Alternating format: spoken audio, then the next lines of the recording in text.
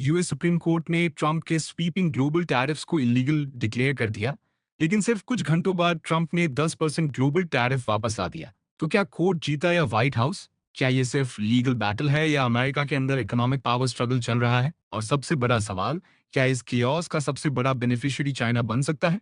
आज हम सिर्फ न्यूज नहीं, पूरा जियोपॉलिटिकल चेस बोर्ड डिकोड करेंगे। ये डिसीजन सिर्फ टैरिफ का नहीं था, ये डिसीजन था president versus Congress power balance का। अगर प्रेसिडेंट इमरजेंसी पावर्स का यूज करके अनलिमिटेड टैरिफ्स लगा सकता है, तो ट्रेड पॉलिसी एग्जीक्यूटिव के हाथ में कॉन्सेंट्रेट हो जाती। कोर्ट ने एसेंशियली एक लाइन ड्रॉ की है, इकोनॉमिक वॉरफेयर भी कॉन्स्टिट्यूशनल लिमिट्स में होगा। इसका long term implication, future presidents के लिए भी प्रेसिडेंट सेट हो गया।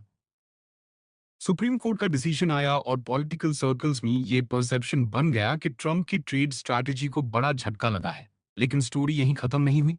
कोर्ट ऑर्डर के तुरंत बाद ट्रंप ने फटाफट एक नया एग्जीक्यूटिव ऑर्डर साइन कर दिया। इस बार उन्होंने सेक्शन 122 अथॉरिटी का यूज करके 10% ग्लोबल टैरिफ अनाउंस कर दिया। मतलब स्वीपिंग टैरिफ्स गए, लेकिन बेसलाइन टैरिफ वापस आ गया।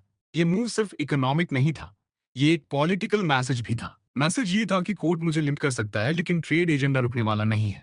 अब यहां से स्ट्रैटेजी इंटरेस्टिंग हो जाती है।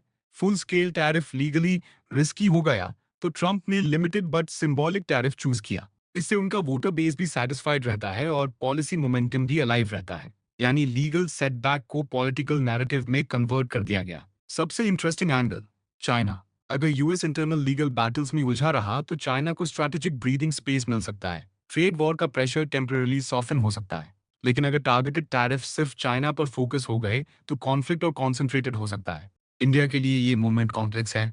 अगर ब्रॉड टैरिफ्स रिमूव हो गए, तो इंडियन एक्सपोर्ट्स कॉम्पिटिटिव हो सकते हैं। लेकिन 10% बेसलाइन टैरिफ परमानेंट बन गया, तो मार्जिन प्रेशर कंटिन्यू रहेगा। यहाँ इंडिया को स्मार्ट नेगोशिएशन स्ट्रैटेजी चाहिए। बायलैटरल ट्रेड एग्रीमेंट एक्सेलरेट करना सबसे स्ट्रैटेजिक मूव हो सकता है। ये विंडो परमानेंट नहीं होगी। मार्केट्स को सबसे ज्यादा डर अनप्रेडिक्टेबिलिटी से लगता है। पॉलिसी स्टेबल हो या स्ट्रिक्ट, मार्केट एडजस्ट कर लेता है। लेकिन अगर हर 2-3 महीने ट्रेड फ्रेमवर्क चेंज हो, तो ग्लोबल सप्लाई चेन्स डिस्टॉर्ट हो जाती हैं। इसलिए investors wait and watch mode में हैं।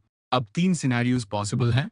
सिनेरियो 1, कांग्रेस कॉम्प्रोमाइज करता है और स्ट्रक्चर्ड टैरिफ फ्रेमवर्क आता है। सिनेरियो 2, लीगल बैटल्स एस्केलेट होते हैं और ट्रेड पॉलिसी अनस्टेबल रहती है। Scenario 3, targeted China focus tariff और इंटेंसिफाई होती है। हर सिनारियो का इंडिया पर अलग इम्पैक्ट होगा। इसलिए ये सिर्फ अमेरिकन कोर्ट केस नहीं है, ये ग्लोबल ट्रेड सिस्टम का स्ट्रेस टेस्ट है।